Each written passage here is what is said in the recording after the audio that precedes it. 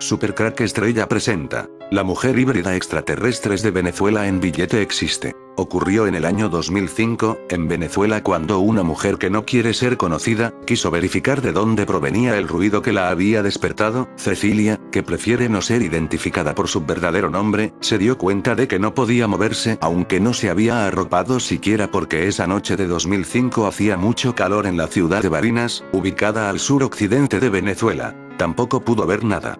Frente a sus ojos había una luz verde muy potente que la obligaba a cerrarlos.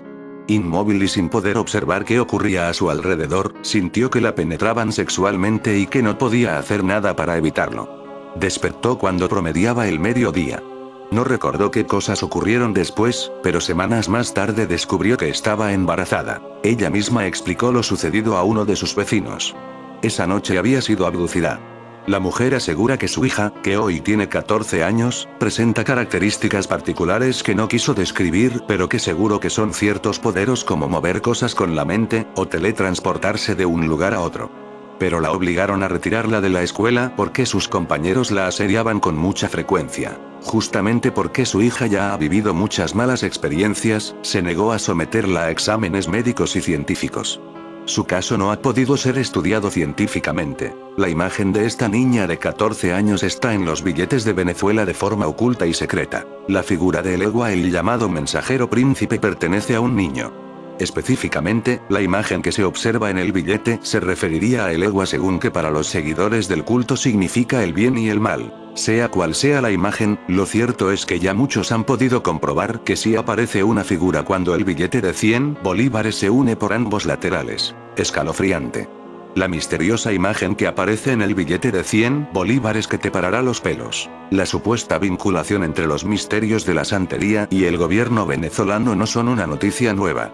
Por muchos años se ha especulado que en Miraflores el fallecido presidente Hugo Chávez llevaba a cabo rituales satánicos para mantenerse en el poder, práctica que presuntamente heredaría su sucesor, Nicolás Maduro. Sin embargo, el tema ha salido a relucir nuevamente luego de que en las redes sociales se viralizaran imágenes del billete de 100 bolívares donde se aprecia una misteriosa imagen al unir sus laterales. Los usuarios aseguran que se trata de una deidad de la religión yoruba, Elegua, el dueño de los caminos y el destino, el que abre o cierra el camino de la vida, prosperidad, felicidad, suerte o desgracia, e incluso puede determinar sobre las influencias de otros segons, muertos.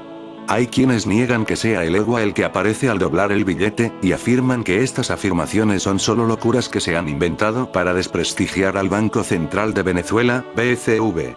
Según el propio BCV, se trata de un elemento decorativo que guarda relación con la propuesta estética del billete y que no sería otra cosa que la empuñadura de la espada del libertador Simón Bolívar. La marca que tiene en la frente me parece es el símbolo que aquí presento. Por supuesto no lo estoy asegurando, así que si alguien tiene la respuesta puede darla sin ningún problema. Lo que muestra el billete es a esta niña de 14 años, no sabemos cuál es el verdadero propósito de esta niña en el mundo. Hay que tener cuidado, pues no estamos apuntando a que sea algo malo, solo sabemos que es un misterio, y que supongo se sabrá cuando cumpla la edad madura. Ahora fijados el de la derecha del billete. Claramente veo la imagen de una mujer. ¿Alguien sabe de quién se trata?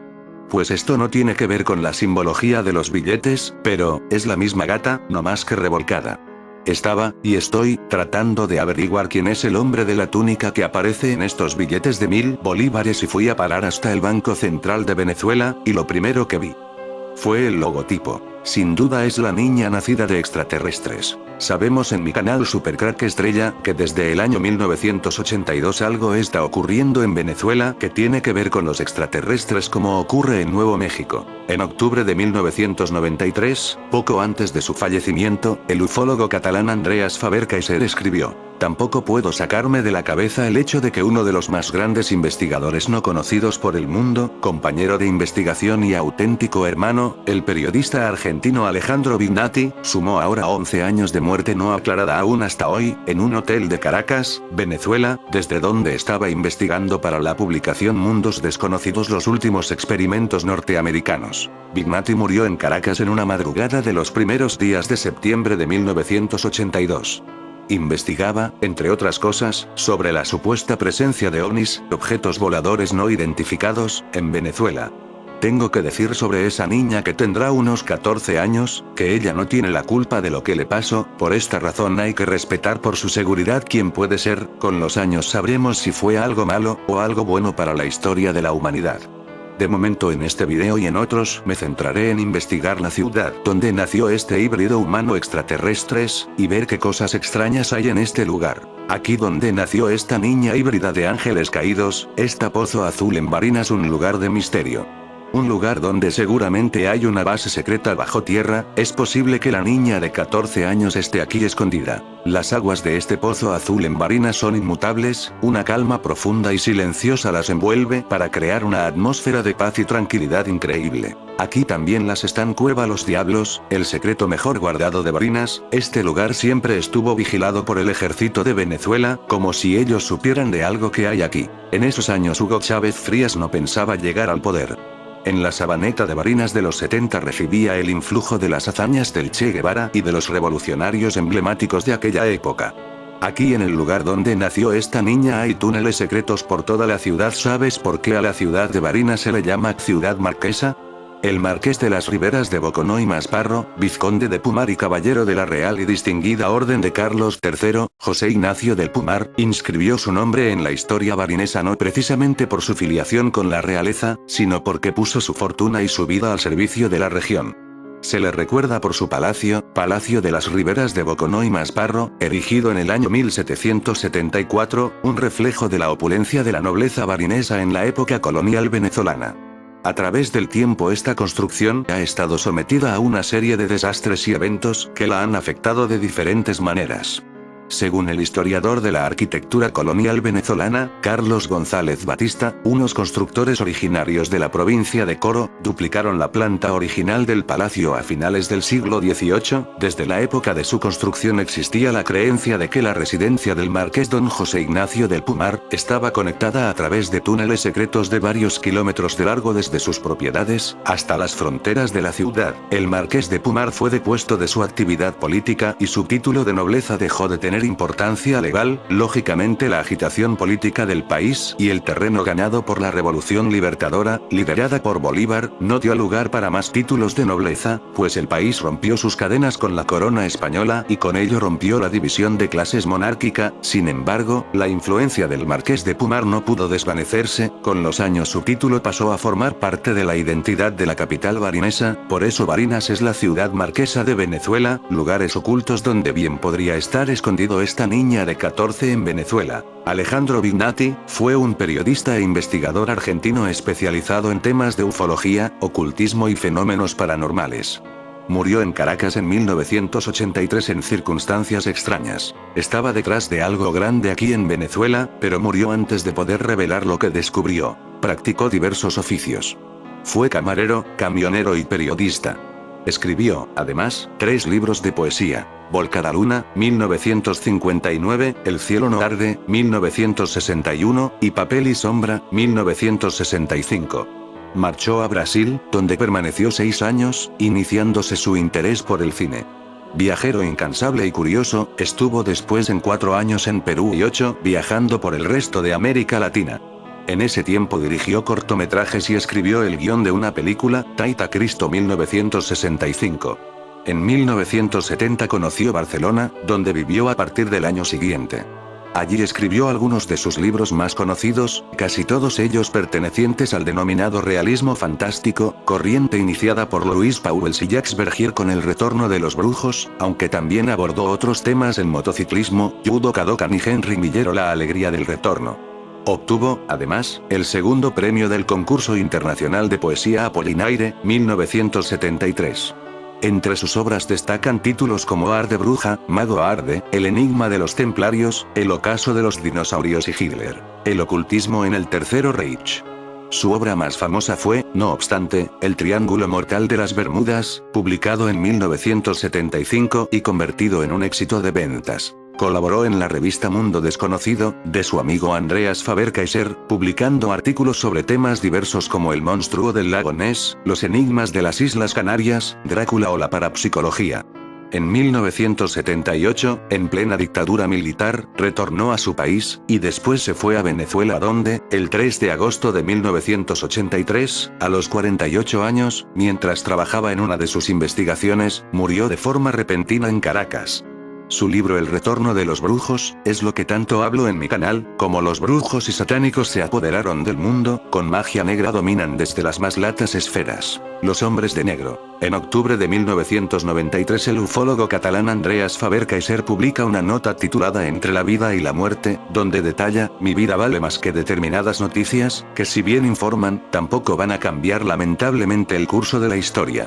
Quien no crea en esta posibilidad, que relea mis artículos, tampoco puedo sacarme de la cabeza el hecho de que mi amigo íntimo, compañero de investigación y auténtico hermano, el periodista argentino Alejandro Vignati sumó ahora hace 11 años de muerte no aclarada aún hasta hoy, en un hotel de Caracas, Venezuela, desde donde estaba investigando para mi publicación Mundos Desconocidos los últimos experimentos norteamericanos. Al cabo de 2 meses escasos de su muerte me vi obligado a suspender la publicación de la citada revista.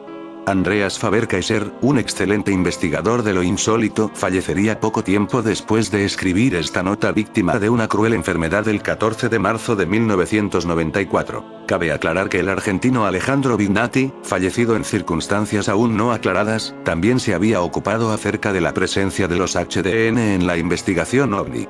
Le llamaba la atención la presencia de ellos en algunos incidentes, su tarea intimidatoria a testigos y a ufólogos. El 24 de abril de 1977 se produce uno de los casos más enigmáticos en el vecino país de Chile. Allí el cabo Armando Valdés al mando de una patrulla de 7 soldados, asentados en la región de Chile cerca del pueblo de Putre, zona fronteriza con Perú y Bolivia, estaban apostados allí por posible guerra o conflictos militares que pudieran ocurrir con dichos países. A las 4 h de la mañana del 25 de abril, asentados en una caballeriza con cerca de 1000 caballos, observan las evoluciones de 3 objetos entre las montañas, del cual uno de ellos se acerca al lugar donde se encontraban los soldados, para luego el cabo Valdés desaparecer por el término de 15 minutos al ingresar en una zona de niebla producida por el ovni. Pasados estos minutos, el militar aparece balbuceando: ustedes jamás sabrán quiénes somos ni de dónde venimos, además de haberle crecido la barba y su reloj marcando 5 días adelantado a la fecha en cuestión. Enterados de la noticia del caso, vino un silencio total. Transcurridos 22 años de los sucesos, el miércoles 16 de junio de 1999 se presenta por primera vez el cabo Armando Valdés en un programa de la televisión chilena, comentando los pormenores del caso. Su experiencia dice que no fue buena, los seres los consideró como malignos, pero a pesar de todo esto, hoy ya no tiene miedo de lo acontecido. Para sorpresa de todos informó que fue visitado por unos seres extraños a los que definió como seres de negro u hombres de negro, los mismos los visitaron en reiteradas ocasiones, preguntándole varias cosas de su vida y aspectos generales de la misma. Decidió hablar ya que consideró que ya era tiempo de hacerlo.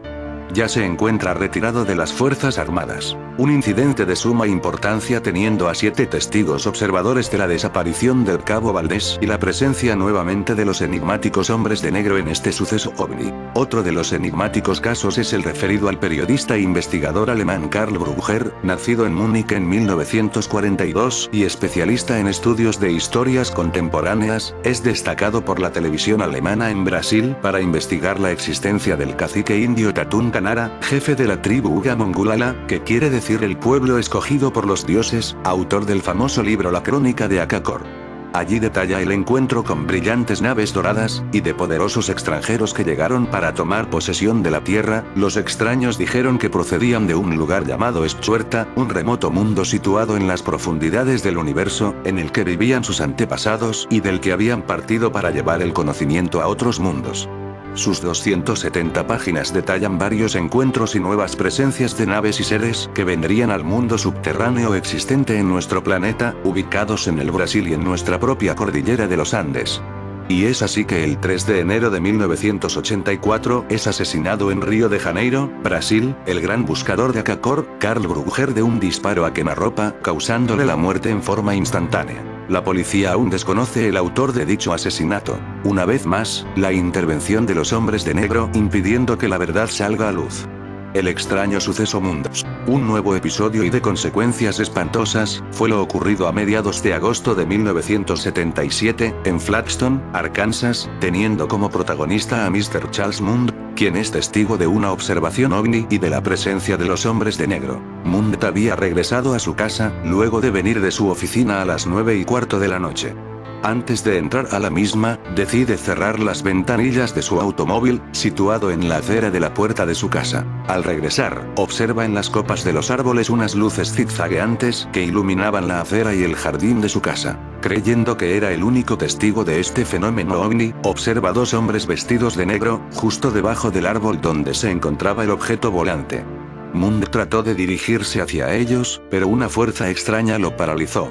Uno de los hombres lo miraba muy fijamente, de pronto ambos seres se perdieron en la oscuridad de la noche. Fue entonces que Mund siente que un rayo lo atravesaba de la cabeza a los pies, comenzando a sentir una vibración por todo el cuerpo. Aquí comienza el espanto. Fue cuando el testigo involuntario entra a su casa para contarle a su esposa Liza lo ocurrido. Ella, sin prestarle atención, le pregunta quién era y qué hacía en su casa. Su esposa comenzó a llamar: Charles, ven, un hombre ha entrado en la casa. Charles Mund, ignorando el porqué del comportamiento de su esposa, decide mirarse a un espejo, sufriendo el testigo un tremendo shock. Pongo de testigo a Dios de que la cara del espejo no era mi verdadera cara. En la actualidad, a meses del suceso, me he dado cuenta de que la composición de mis moléculas ha sido cambiada y alguien ha ocupado mi lugar físico. Mi cara y mi cuerpo son la cara y el cuerpo de otro hombre. Por alguna razón me han forzado a asumir una nueva identidad. Mi esposa no me acepta como su marido, como el verdadero Charles Mund. Sé que soy Charles Mund, pero nadie me cree. He perdido todo: afectos, amigos, y lo más triste es que he perdido mi identidad. Un impresionante episodio, de los inescrupulosos hombres de negro, sufriendo el testigo, espantosas consecuencias. En fin amigos de Supercrack Estrella, si el video te gustó pulgar arriba.